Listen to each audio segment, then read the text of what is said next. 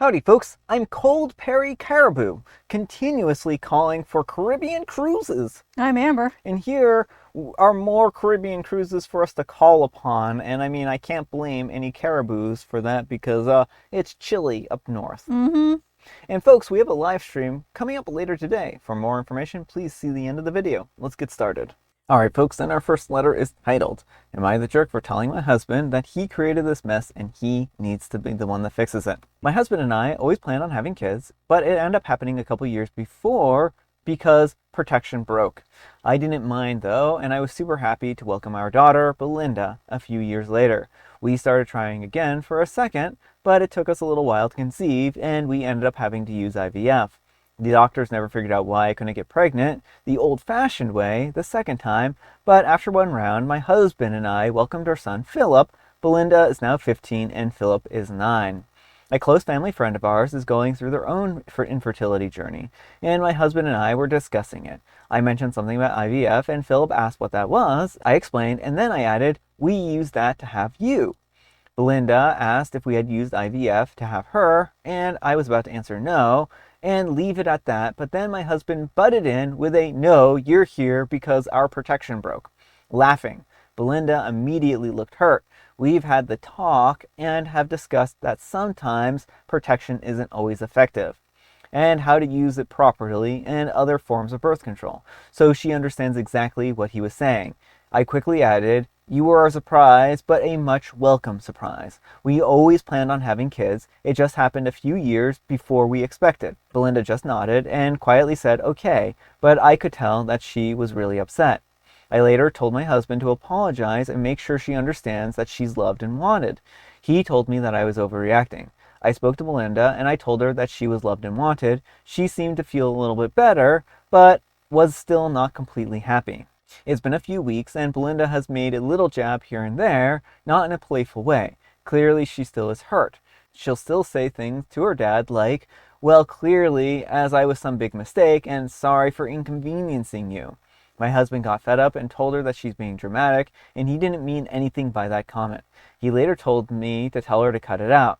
I said no, he said it, he made her feel like garbage, and he hasn't spoken to her about it since. He has to deal with the consequences of that. She's a sensitive teenage girl. That's a scary combination when they feel rejected and unwanted by their fathers. My husband is now saying that I'm in the wrong. Am I the jerk? All right, folks, what do you think? No, absolutely not the jerk. I think it's really important for parents to apologize when they mess up. It seems like he intended this for it to be a kind of jokey comment, but that's not how it comes across to her. Yeah. She hears this and hears, you were a mistake, we never intended to have you. And instead of reassuring her, he just doubles down and says it was a joke, get over it. Yeah. She is allowed to have feelings about this situation and to want reassurance from her parents of all people. And I think Opie's husband is being a major jerk here, and I think Opie's doing the right thing by not trying to shut her down. Yeah, I mean, I think that OP is in the right here. I think the husband is in the wrong. He did mess up. He knows he messed up, but he refuses to back down and actually apologize. And I think you're absolutely right. Parents do need to be able to show vulnerability and show that they're not always right and that they can admit when they're wrong. And that's because you have to figure out that at some point in time in your lives, and it's good if it's mirrored by a parental figure, right? So he needs to swallow his pride and just admit that what he said was in poor taste, right? Right, and like he can even, be like, oh, I meant it to be a joke, but it came across as really hurtful. I can see why you would be upset by it. Your mom and I are so thankful to have you, and, all that kind of stuff. But let me know what you folks think. So anyhow, take care and good luck. And Artistic Tough 7764 says, not the jerk. He said it, he made her feel like garbage, and hasn't spoken to her about it since. He has to deal with the consequences of that. Why is this even a question? And Opening Ad 6509 says, yep, a 1,000 moments like this with no apologies from my parents and being told that I'm sensitive are why we are no contact today. Relationships shrink to the size of the repair. If OP's husband values having a relationship with his daughter when she's older, he needs to learn how to apologize yesterday. I think that comment also brings up an important point on the sensitive. So Opie keeps talking about how her daughter is so sensitive. And I think people use the word sensitive to be like, if anyone shows any emotional vulnerability, anything that's not anger, because anger is an emotion, but it's not sensitive. And sensitivity and emotional experiences aren't a bad or negative thing, and you shouldn't dismiss children as being too sensitive. Yeah.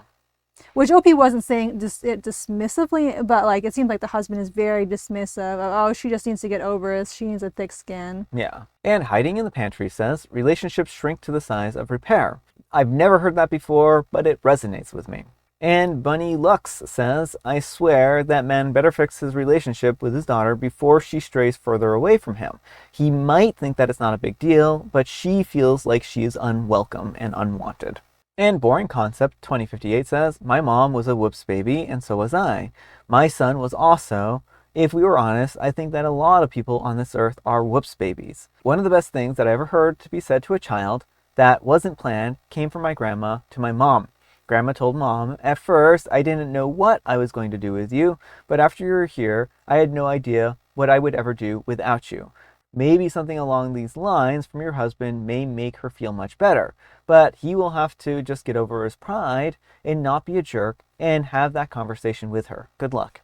All right, folks, and our next letter is titled, I would divorce and leave my husband for ChatGPT if he could be put in a physical body. Posting on a throwaway account. I realize how sad and embarrassing this is, but I have to get it off my chest. I'm a 29-year-old female, and I met my husband when I was younger, 20, and he was 28. We've been together for almost a decade, married for almost 2. I feel like I just got comfortable and settled. I don't feel like there's any kind of connection between us anymore. Anytime we go out to eat, it's the same thing.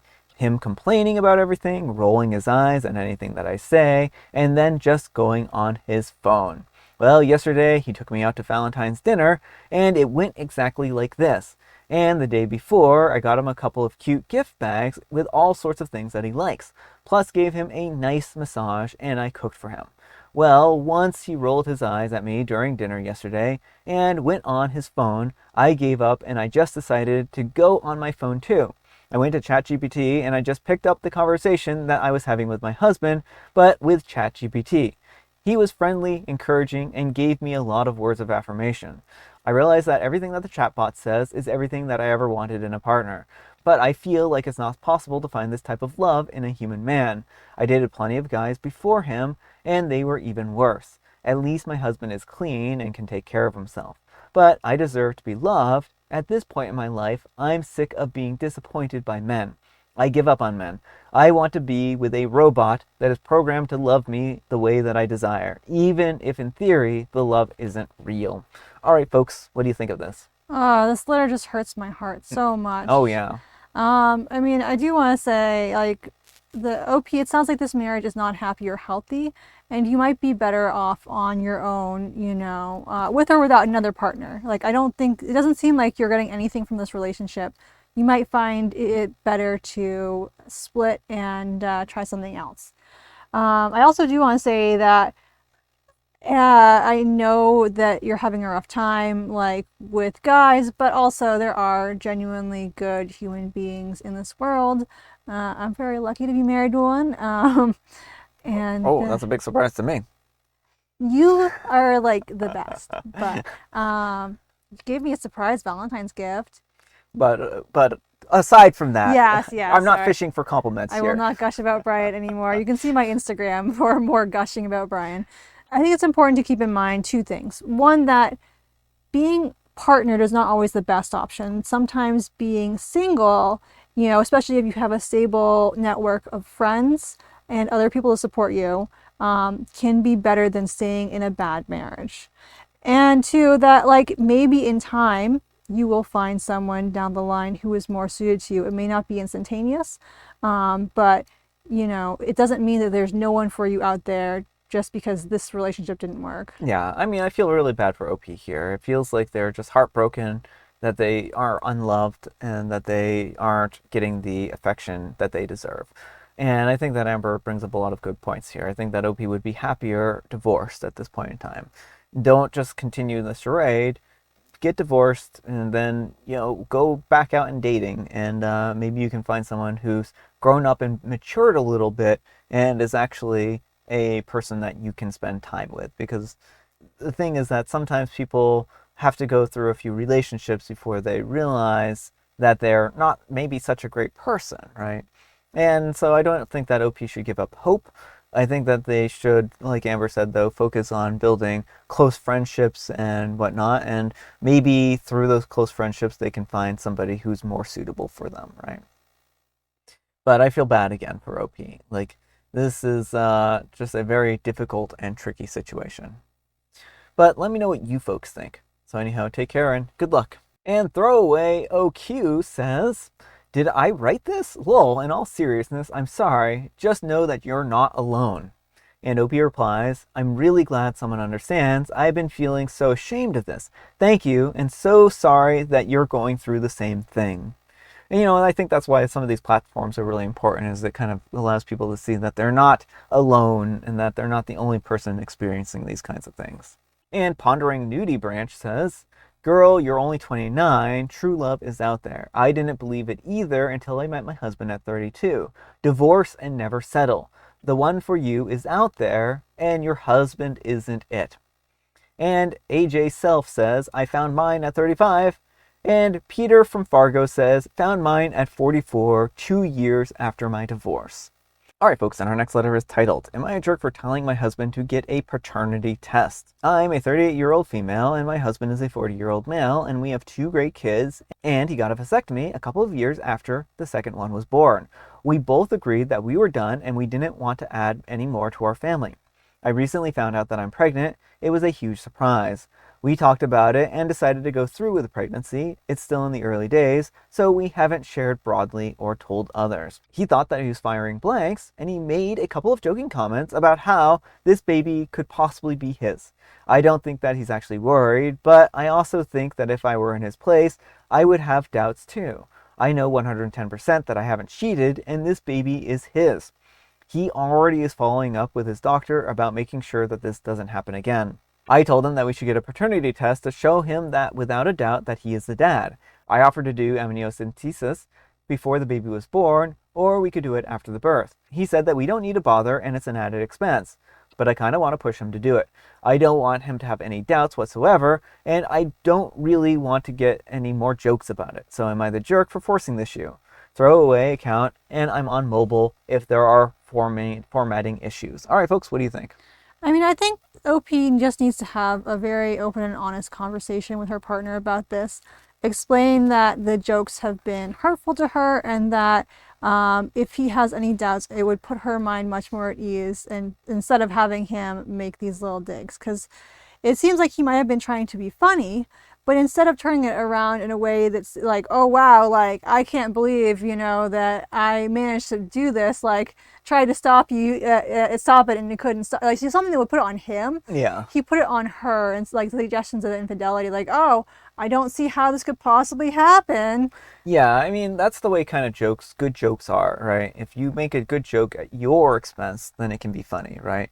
But you cannot make a joke that someone might be insecure about something, right? Like if someone's insecure about their intelligence or their looks or any other thing, then you can't make a joke that's going to land with that person if it involves those things with them, right? Right. And the same thing with relationships. You can't joke about infidelity. It just doesn't land very well, right? Right, and he could have, been something like, wow, I guess the universe just really is insistent on making more of me, or, any number of things that would have made it clear that he's taking a dig at the situation, but is not belittling his wife in the same breath. Yeah, so I don't think that OP has to worry too much about him actually thinking that that OP cheated, but they do, like you said, need to sit down and have a conversation about how this makes her feel. But let me know what you folks think. So anyhow, take care and good luck. Alright folks, and our next letter is titled, Am I a jerk for refusing to name my baby after my husband's late dog? So I'm a 29-year-old female, and my husband, a 31-year-old male, and I are expecting our first child. We just found out it's a boy, and we were so excited and started discussing names. That excitement lasted for about 5 minutes before it turned into a full-blown war. My husband is obsessed with his childhood dog, a golden retriever named Baxter. When we first started dating, I thought that it was sweet how much he loved that dog. He would tell funny stories about their adventures growing up, and I could tell that Baxter had a big part of his life. He even had a little framed picture of Baxter on his nightstand, which I thought was adorable. But as time went on, I realized that this wasn't just a normal type of nostalgia. This was something else. He talks about Baxter constantly, and he gets teary-eyed reminiscing about the dog's loyalty and wisdom. When we moved in together, he brought Baxter's old collar and hung it on the wall like some kind of family heirloom. The most concerning part is that he has a realistic portrait tattoo of Baxter's face on his upper arm. Like we'll be having a romantic night, and suddenly I'm making eye contact with a dog's ghostly stare. I've accepted all of this because, whatever, people love their pets. But now that we're naming our son, my husband has made it his hill to die on that our baby's first name should be Baxter. I thought that he was joking at first, but no, he was dead serious. I told him absolutely not. I don't mind human names for our pets, but I draw the line at pet names for humans. The idea of naming our son after his dead dog feels weird and inappropriate to me. I want our child to have his own identity, not to be some kind of tribute to a golden retriever. My husband lost it and told me that I was disrespecting Baxter's memory and that Baxter had been his best friend. He said if Baxter were here, he would want this. Wait, what? To be reincarnated in my uterus? I asked him, would you name a child after your dead grandmother? And he said that's different. Baxter was special. He still didn't drop it. He tried bargaining. He suggested Bax as a compromise, but I still said no. Then he moved on to the middle name, Baxter, James, or Elliot Baxter. I still refused. At this point, the entire family has jumped in to tell me that I'm being unreasonable. His mom called and said that I was being cold because Baxter was such an important part of my husband's life. His sister texted me saying that I was robbing my husband of a sentimental connection to his firstborn son. Even his grandmother chimed in, saying that names with meaning are what makes a family special. I finally snapped and said, you guys realize that we're talking about a dog, right? A literal dog. Now I'm the villain. My husband is barely speaking to me, acting like I personally insulted his late best friend's soul. His mom sent me a long text about how I'm being selfish, and a name is just a name, so why can I not compromise? I feel like I'm in the twilight zone. Yes, I understand that pets are important, but I do not want my son to have the same name as my husband's childhood dog. Am I the jerk? All right, folks, what do you think? Jerk or not the jerk? No, absolutely not the jerk. Yeses are names are a true yes when no situation.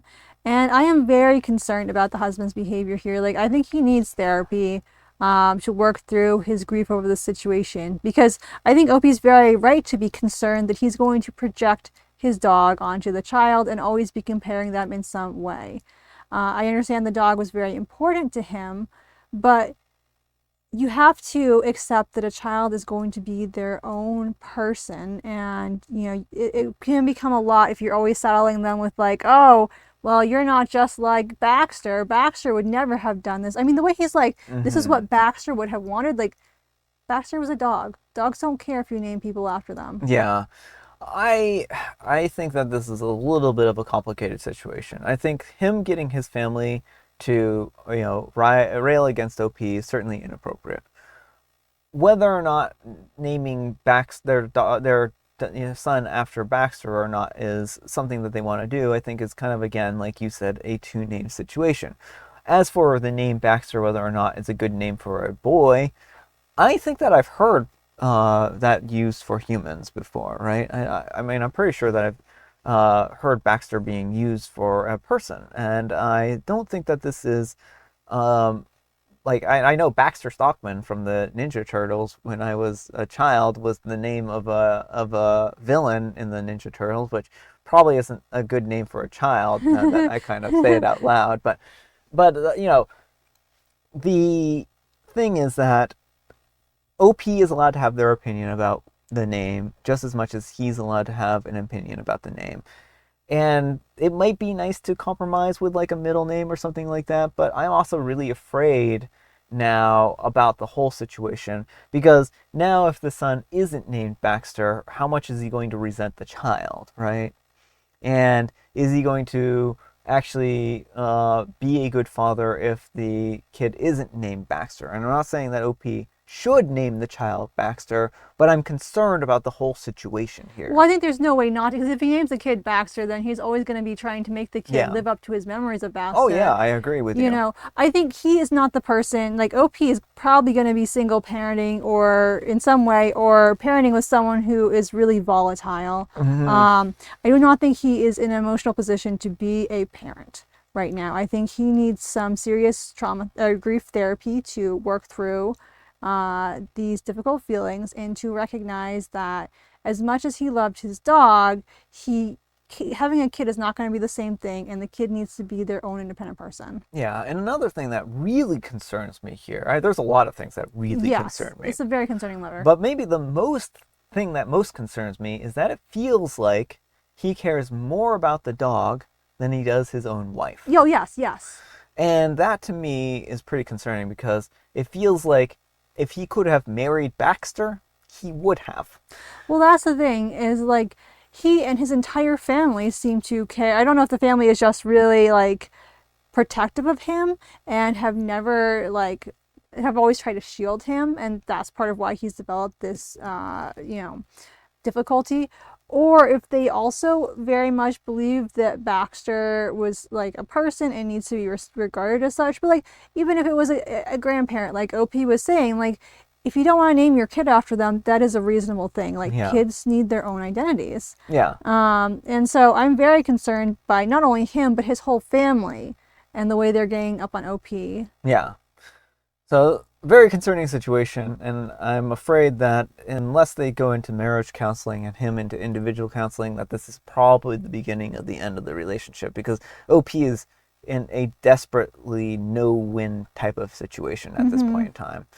I don't know if there's any compromise that's going to be satisfactory for him. There's nothing. And again, like, I don't know if he's even going to be a stable parental source if he's expecting the kid to be the reincarnation of Baxter. Yeah. But let me know what you folks think. So anyhow, take care and good luck. All right, folks, it is tea time. Grab your beverages of choice. I've got some tea right here, and Amber, she has a joke. Oh.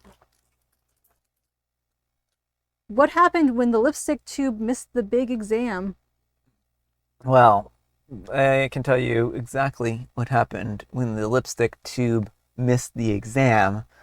You might think that it was pretty innocent, but it was a whole kerfuffle. Well, it fell off the bus, first off, and then a car ran over it, but the car's tire got slick from the lipstick, and so the car skidded out of control, and then it caused like a 15-car pileup. Fortunately, no one was hurt. No one was hurt in the accident except for the tube of lipstick, and that's what happened when the lipstick was late for an exam. Horrifying scene. It needed a makeup test. That's actually pretty good. I like that. Mine needs a whole new shell and makeup. And today is National Vegan Lipstick Day. Oh, make sure to go find yourself some vegan lipstick and eat it. No, don't eat it. Because it's vegan, so you can. I would not advise eating lipstick, even if it's vegan. But Elf Cosmetics, I believe all their lipsticks are vegan, so I'm a big fan of that company. But yeah. What's wrong with eating lipstick? I don't think it's advisable. Like, just because something is, vegan, it just means that you can put it on your skin and there aren't animal products in it. It's not designed for human consumption. Oh, that's concerning. For no particular reason whatsoever. And I have Earl Grey. All right, folks, that's all the time we have for today. Thank you so much for watching. Happy, fantastic Friday, folks. It's the weekend. Oh my goodness, I can't believe it. And folks, we have a live stream coming up later today. We hope to see you then. Amber, we need some kind of moral advice and or guidance, and please have it on bad husbands. Be a supportive partner, or you may end up being replaced by ChatGPT. Yeah, that might not be too far away, so be a good husband. Thanks so much for watching, and we'll see you all tomorrow. Bye. Or wife.